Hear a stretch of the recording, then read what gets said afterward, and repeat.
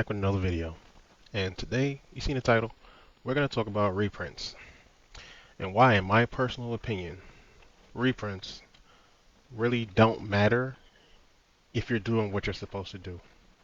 And what I mean by that is, if you're truly invested in whatever product, I mean, we can go with Destined Rivals, booster boxes, right? If you're one of those people that's like, yo, this is never going down, I'm buying Destined Rivals at $300. My personal opinion, you're crazy. If you think that this box within 2 to 3 years is not going to see any downturn, that's kind of crazy. But let's just go with it. You believe that this box, oh, it's only going to go up, right? From the investor standpoint, why would I even care about reprints when reprints means better price?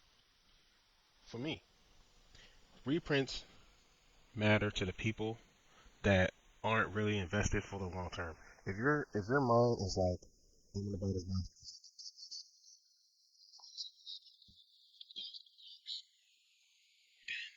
whatever happens from now until that point doesn't matter. Because if it goes into $100, you know that the at the end of the road it's gonna be $1,000 box. It's gonna be a $2,000 box. Your conviction should be high enough to be like, if it goes down to $200, I'm gonna buy more. If it goes down to $150, I'm gonna buy more. And that's why when I see people and they're like, um, they're investing and then the reprints come and then they're complaining about all the reprints and the price is tanking. When the price is tanking, that's your opportunity. Everybody that's making money in the hobby right now, the guys that are really making money, they were buying the Sword and Shield boxes at $80, $100, $120. So they're up right now. And a lot of the seasoned guys, they're still holding because they know that these are multi-thousand-dollar boxes, and they've gotten in at so low that their money is just multiplying. Every $100, their money is multiplying, and then it's multiplying by how many boxes they have. So I'm making this video to say, if you're truly invested in a box and you say, okay, I wouldn't agree with buying Destin Rivals at $300 because in my mind I feel like I know that I'm going to have at some point I'm going to have a better opportunity to load up on this box. So for me personally, I'm buying stuff, but I'm holding money. I'm holding money because the way the hobby is right now is we all know that everything is inflated and it's not sustainable. Everything is just going up. It's just shooting up at rates that we never seen before, and we know that there will be a downturn, and I want to be ready for that downturn. I want to be on the other side of, oh man, they're printing so much and people are trying to get out of this position. And yeah, I want to be there to be like, yo, I give you 80%. Yeah, I want to be on that side of the ball rather than me buying right now and then I'm exit liquidity for somebody else. So that's why I don't really think people really break it down to you guys like that.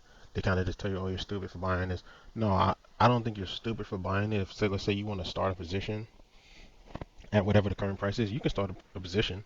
You can buy one box. I don't recommend it. I wouldn't do it, but I know that you guys are going to do it anyway. So you buy one box and then you hold off. You hold some of your capital for if it goes lower, so you can move the needle of your buy-in price, and you want to get it as low as possible. There's nothing wrong with that. My issue is with the guys that I know are not going to dollar cost average in. They're just going to buy it at $300, and then when it goes down, they're going to complain and cry, and then they're going to sell off. That's not how it is. You gotta be willing to buy more in when it takes a dip. And this is the same principles that I do with stock trading.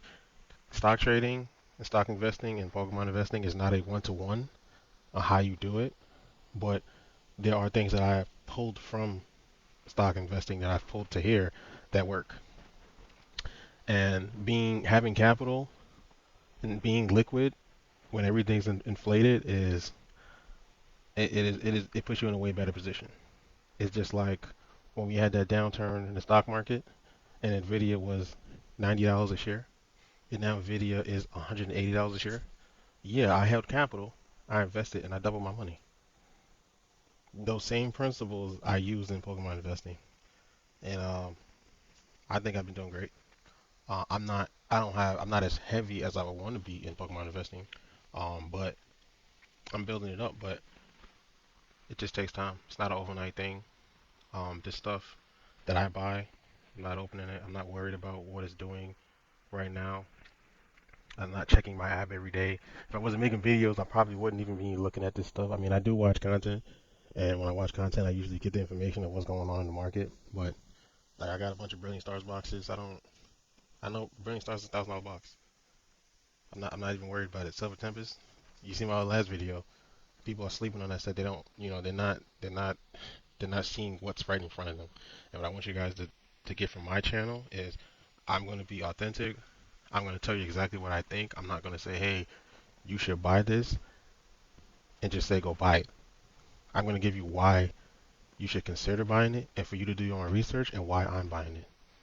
And that's what I want to bring to the space. There's a lot of guys that just say, hey, you need to buy this, you need to do that, and people don't really understand why they're buying stuff, and then they're caught in a position where they buy certain stuff, and then they're like, they don't really know what they were getting themselves into.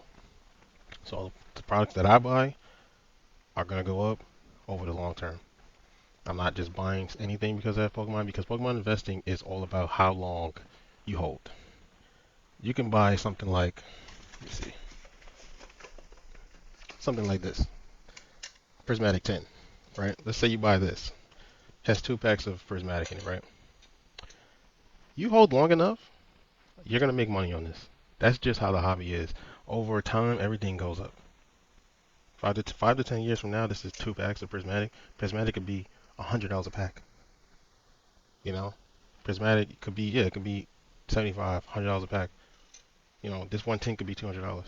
It could be even more if somebody wants it still sealed and they just want it because they like the tin art. If you hold, you win. When you sell early or you sell in the red, you lose. I don't care if you buy Destined Rivals at $300 and it goes, and next year it's $120.